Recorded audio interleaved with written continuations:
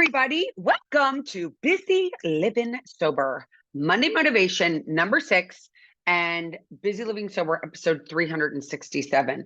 Okay, I hope everybody had a fabulous weekend.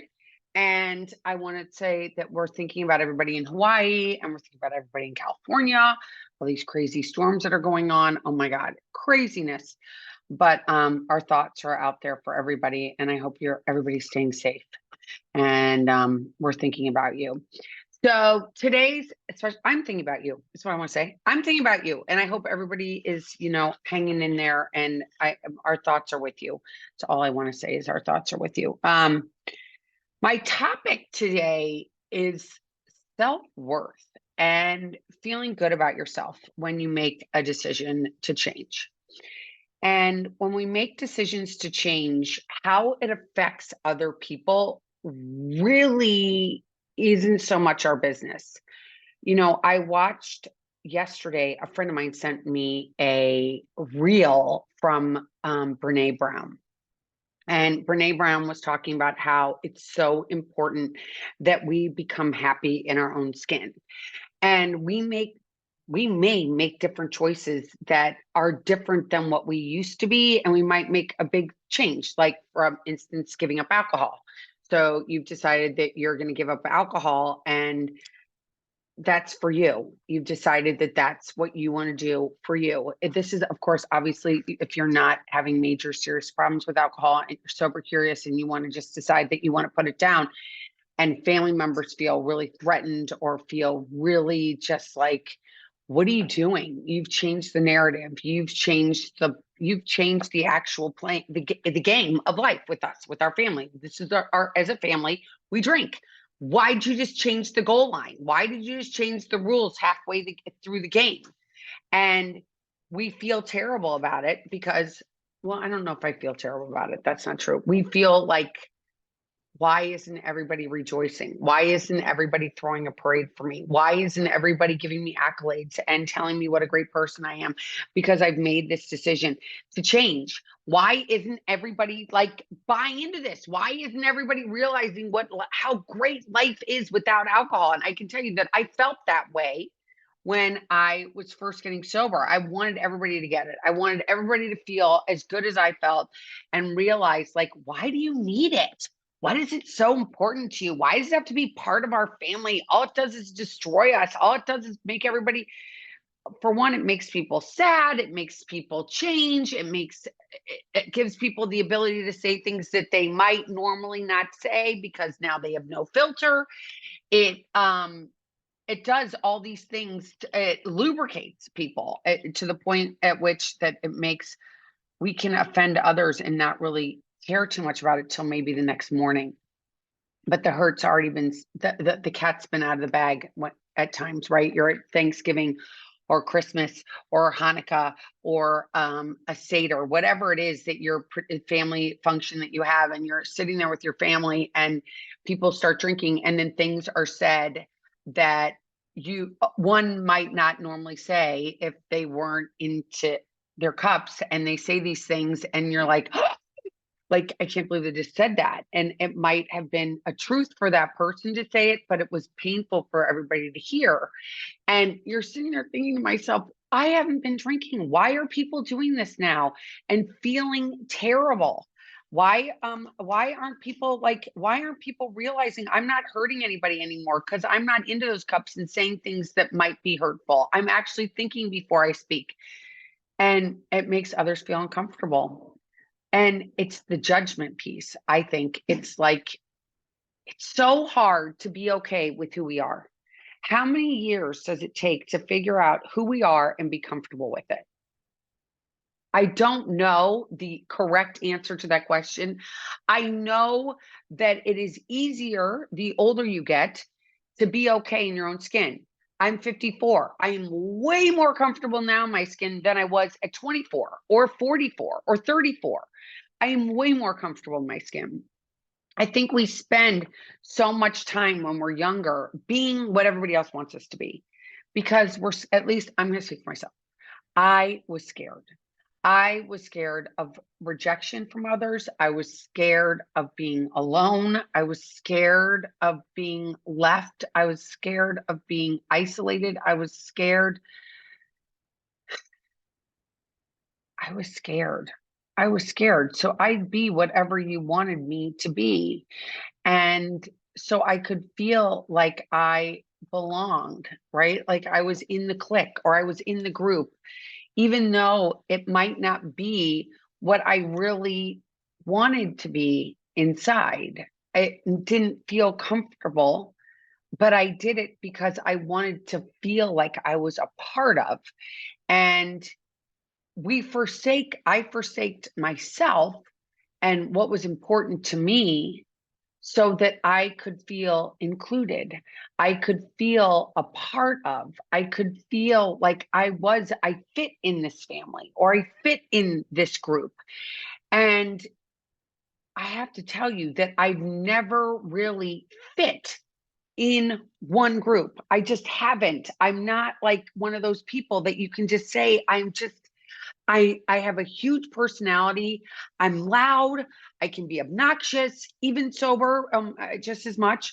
Opinionated, very opinionated, and I have strong beliefs that are important to me. And when I was younger and in my life while I was drinking, especially, I cast aside all those beliefs I had so that I could fit into the group. So I could fit in with this group or with that group, or I could be the chameleon that you wanted me to be. I couldn't be authentic because if I were authentic, then I'd be by myself. I thought, I was going to be alone. And I was so fearful to be alone. And being alone isn't so bad. It isn't so bad to be alone. It isn't so bad to be me. I can say now, today, for the first time in my life, I actually like who I am. And that group setting and those friend groups that I used to have used to be huge, right? I go out, I knew everybody. I kind of am starting to know people here as well, just because I'm friendly. But to say my real friend group is small, right? I lost I spent so many years losing myself in being what you wanted me to be more than I participated in being in who I wanted to be. I put what you wanted me to be ahead of what I am. And I think it's really especially hard with families. And I'm just going to speak for myself. Families are hard. I mean, I think generationally they've been hard. I think other places in the world, they have these amazing family structures, right? And different nationalities in different countries. I know that they have people that live, families live in one house, and at one age you're at one level, and then you go up, or as old you get, the better view I guess you get, and the younger you are, you have the first level, and you stay together, and it's the family unit structure is so strong, and it's so amazing.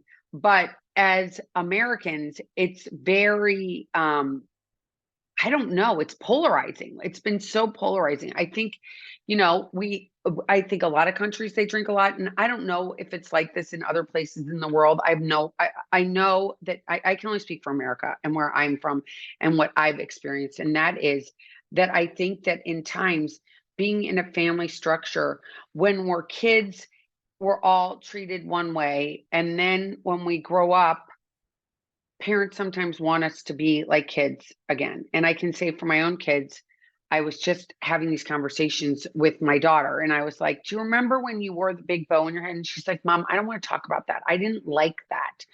And I was like, "You didn't?" And she's like, "Well, now looking back, I don't think I liked it." And so she has a different view of what her childhood was like than I did, right? So I thought it was idyllic, it was fabulous. She wore this big bow, she looked so cute. Da, da, da, da. For her, I was like, no, I look back at those pictures and that wasn't who I felt like I wanted to be. But you had me dressed like that. And I said, okay. And I could appreciate that today. I can hear those things today. But I feel like we all have these egos, which are normal. Egos are huge. And it's who sometimes it defines who we are as human beings, as our egos. But we have these egos that don't allow us to hear what other people have to say. And that includes family members. And I think we hold family members to the test much more than we do strangers. We expect family members to listen to us, to give us the accolades that we need, because we think, for one, that they can read our minds and that they know what we need. As especially parents, we're supposed to know. And my parents, I mean, think now, I'm like, I wanted them to do these things, and that wasn't what they did. And they did the best they could. And I've done the best I could, but we're held to these standards that are so sometimes impossible, because the reality is we can't meet another person's standards if we don't really know what their needs are, unless you tell us. Because I don't think a lot of people walking around are psychic enough to read our minds. And asking for what we want, it feels uncomfortable. We're like, wait a minute, you're supposed to know, you're our family. And some family doesn't want to know. They don't want to know what we want. They're like, this is the way it is. And and okay, that works for me too. If that's the way it needs to be for you, that you're going to be this way and da da da. But really being okay with yourself is so freeing. Letting go of everything else is just like being like, I am okay with me. You can go do you over there, and you can go do you over there, and you can go over there and do you.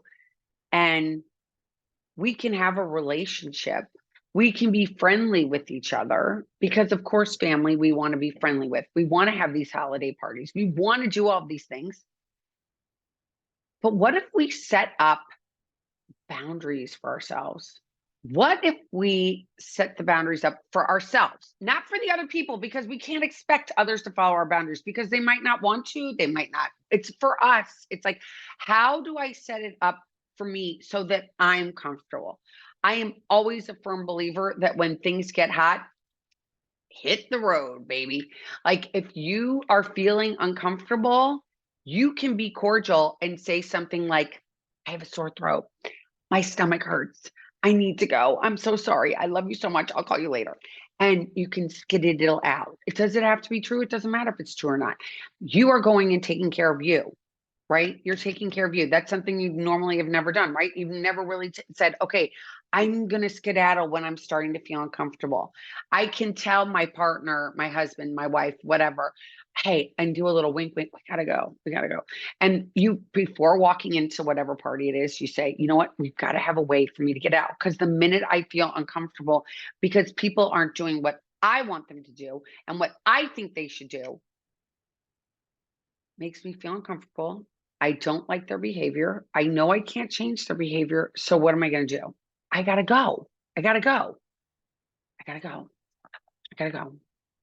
Now, if it's in your own house, you can always go to your bedroom, take a bath, say, I just don't feel really great. I'll come back later, and take that time for yourself. Go into your bedroom, take a meditation, go, take a shower, go take a bath, do something that gets you out of that situation and gives you the opportunity to take a reboot. Like, I got to restart this right now, because I have to realize no one is going to do what I expect them to do. It's just not how we are. We're all have different ideas. We all have different beliefs. We have different ways. And especially when we have adult children, they go and do what they're doing now in their lives and what's important to them. And they have different ways of doing things than maybe we would want them to have. But we've got to be able to be respectful and say, okay, I've got to say, okay, they're adults. They're going to make their own decisions, and they're going to make their own choices, and I have to respect that. And I can't be upset by the fact that they're not doing what I want them to do. I have to take care of me. And I've never known how to do that, right? Because we've never focused in our lives of being able to take care of ourselves. It's always been like, where am I going to go? Who am I going to fit in with? What group's going to like me? I find that it's really interesting that so many people these days don't have a lot of really good friends. It's really hard to make friends. And especially as an adult, and when you move to a different city, it's so hard. And so I was like, I'm going to try that Bumble friend thing. I think And I kind of laugh at myself that I'm not going to do that. But making friends with ourselves, I think, is where it all has to begin. And being okay with the fact that you are who you are. And especially if you give something up like drinking and it changed the narrative and it made people around you feel uncomfortable, but that's not about you. Other people feeling uncomfortable is not about you. It's about them. And being able to say it's okay that they might not like who I've changed and what I've changed in my life. Because in reality, it's not about them. It's about me. And how do we take care of ourselves? How do we really take care of ourselves? How do we make sure that we are feeling okay and not like feeling less than and feeling like not included and feeling alone when being alone and being alone are two different things, right? Like being alone and being like, I'm okay being alone. I'm going to read my book. I'm going to sit in my house. I'm going to have a cup of tea. I'm going to be by myself and it's going to be okay. To looking at a picture and not being included in that picture and feeling alone, that feeling of loneliness, that feeling of rejection, that feeling of being less than, that feeling of I don't measure up, that feeling of what did I do? Why don't they like me? That's alone, that's lonely feeling. But if we're okay in our own skin, we can look at those pictures and go, I hope they had fun. I had a great time last night. I read this amazing book, or I watched this amazing show, or I went on an amazing walk, or I just sat and I just meditated and relaxed. And I drew a picture, or I did something creative, whatever it is that makes you feel whole is what's important today. It's not so much of being able to fit in, because I think when we go and we fit in and we then maybe pick up a drink or we do something that we know intuitively we don't want to do, and we do it just because everybody else is doing it, or we do it because we want to feel like one of the gang, but we know we don't want to be one of the gang. And what the gang, we want to be one of the gang, but we don't like what the gang is doing, but we do it anyway because we want to be a part of that gang. That's where we get into a lot of trouble, right? Because then we get into these places of regret, remorse, shame. Why did I do that? I can tell you how many times I lost myself and I showed up and I went and did things that I didn't want to do, but I did, like I wouldn't have done if I were sober, but I did because I was drinking. And again, that whole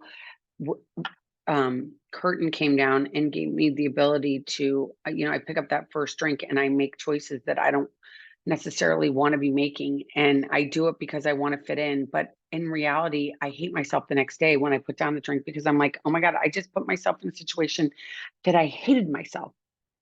That's not who I want to be. It's not how I want to act. It's not the choices I would have made if I were sober. What am I doing?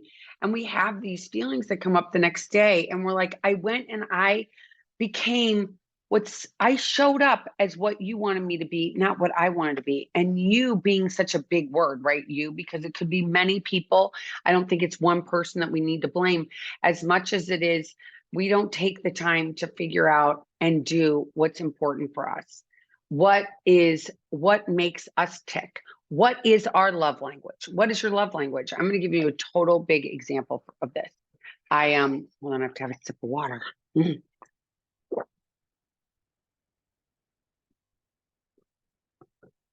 I went to my annual physical. And I went and I got blood work done. And like we do every year, right? So I go in and get blood work done, and I go to Quest and they take my blood, and within like 48 hours, I get the results back. And, because I'm getting older, there's certain things that aren't perfect anymore, like my cholesterol and certain things like that. So I get this blood work back, and it's so alarming the way it comes back, right? Because it's like green and then red. And you're like, what's the matter? It's so crazy. And we wonder why we all go to Dr. Google. But so I was of course scared to death. And what the hell's going on with me? And I'm scared, scared, scared. And why is this red? And what can I do to change it back to green? What do I need to do? And I called my doctor like a couple times, and this is a new doctor. Obviously, I'm living in a new place, and they don't give nobody gets back to me for like 3 days. I went through an entire weekend. I went through like a Thursday, a Friday, a Saturday, a Sunday. And Monday comes and I'm still not getting a call back. And I'm like freaking out. So I luckily I have another doctor that's in my repertoire of doctors, because I've got like I've got psoriatic arthritis. I'm hypothyroid, all these things. So I sent it to this one doctor and he's like, oh my God, your numbers look fabulous. They look so much better than they did the last time. And I was like, oh my gosh, thank you so much. So it put me at ease, right? So finally, I sent a message, because it was the doctor's office the front office wasn't getting my notification, at least I don't know, to the doctor. So I sent a portal. Now they have these portals you can write in, on email. It's like everything's on the freaking computer. But anyway, so I write this message to her and I get her on the phone. And I said, you know what? I'm just going to have to tell you something. And I like this doctor. She's nice. I think she's very good. I think she's gone to good schools, all that. But I said to her, I said, my love language, you're not hearing my love language. She goes, what do you mean? And I said, I need to know that if my blood work's back, that you're going to call me right away, because I can't wait 2 weeks. I can't wait 3 weeks. I can't wait 4 weeks. I need you to tell me what this means, especially when there's something that's red, when everything's green, and then there's these reds, and that scares me. So I need you to respond right away, even if it's an email that says, I looked over your blood work and everything looks great. We'll talk about it your next appointment. And that red mark means this, and you need to do this, and maybe work on eating less red meat or whatever it is. And so I explained that to her. I'm like, do you hear me? And she said, I do. I hear you. And so getting that across, that love language across, it changes everything, because now I've gone and I've said, this is what I need. Okay. I need from you. And you can say yes or no, especially with doctors and stuff. With family members, they might not be so great when you say, well, I need this. They might be like, well, screw you. I don't care what you need. I need this myself, and I'm not giving you that. And so you have to be like, okay, they don't want to give me what I need, and that's okay. I'm going to have to just go take a bath again, whatever it is. I'm going to have to take care of me. I'm going to have to be in case I don't want to lose myself anymore. I spent so many years, right, doing all this stuff because I wanted to fit into something that I never really fit into in the beginning. That's the crazy part. I never fit. And when we get older, our groups are so much smaller. I saw this woman. There's this woman I follow on Instagram, which I'm actually going to ask to come on the podcast because I love her message. But she says all the time, she's like, if you have, just a very small group around you of friends, it's you can tell you're a wise person. Because I used to have all these different people and all these different walks of life, and I try to bring everybody together and I try to make this thing, and I'm like, what am I doing? I'm trying to play God. I'm trying to make something like pretty that might not go together. It's like when you put chicken surprise with something totally disgusting and you're like, that's disgusting. That doesn't work. It's just like that with humans. It's like getting this place that's like being where you want to be, in a place where you're rejoiced and where you're for who you are, not wanting to change you so you're like everybody else in that group, because we all have opinions. Last week with Lorenzo on, it was such a great podcast, and I loved having him on because he brought up some things which I really love, which are like, we need to like love and respect each other more than we need to judge each other and say you're wrong because I believe differently. Why isn't it okay to have different beliefs than your next door neighbor? Why is that not okay? Doesn't that make this world richer? Doesn't that make our life a little more interesting than it does like, oh, I want to hear why you believe, like, why do you believe that you like this person? And why do you like this candidate? Why do you like this? Why do you like that? What did you hear about this? Oh, what did you hear about that? That's how this world works. But if we keep pinning against each other, it's not good. But if you're okay with you, what other people think is none of your business. And it's okay to excuse yourself. And it's okay if some people in your family of origin don't agree with you. It's okay. It's okay. It doesn't feel great, but it's okay. It's really okay. Getting okay with you is amazing. It's a humongous gift if you can fall in love with yourself and you can take care of you and you can do what's important for you. And to do that, you don't need to judge everybody else. You just have to know that your choices that you're making are right because you've made them for you. The choices you make, the decisions you make as a single person, as a person with a partner or a husband or a wife, those decisions that you make, you can stand by because you made them probably with some time and with some thought and with some, and like with your, based on your morals and your upbringing, whatever it is that you made those choices by, it is making those choices and standing by them and being like, it's okay if somebody makes different choices than me because we're all human beings. And human beings get to make different choices. That's the one thing when we are born, especially in America, we get the ability to choose what we want and how we want it. Our parents raise us, they educate us, and then they send us out and say, all right, you go off and make that choice that's important for you. I've given you a basis. I've planted you. I fed you. I bathed you. put your diapers on. I did all these crazy things, right? We do everything. We raise these children. And then we send them off and they get to become who they're meant to be. But if we were all the same and we all voted the same and we all believed the same things and we all went to the same churches and we all had 2.5 children and we all had the same exact thing, this world would be very, very boring. We would be robots then, right? We'd be robots, not making any choices on our own. If your family of origin does not buy into whatever you're doing, it's okay. You guys are all from the same family, but it doesn't mean you all think the same way. I have a family that's filled with everything and literally everything.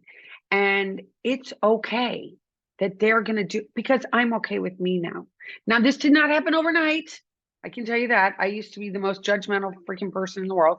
And I was a judge and I knew what was right and what was wrong. But I have to tell you, the older I get, the less it matters because there's so many colors and people get to be whatever color they want to be.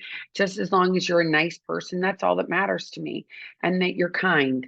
Everything else, it's not really a big deal because if I'm okay inside with me, like that is truly what, and with this, like Brene Brown said, the interviewer said, who are you?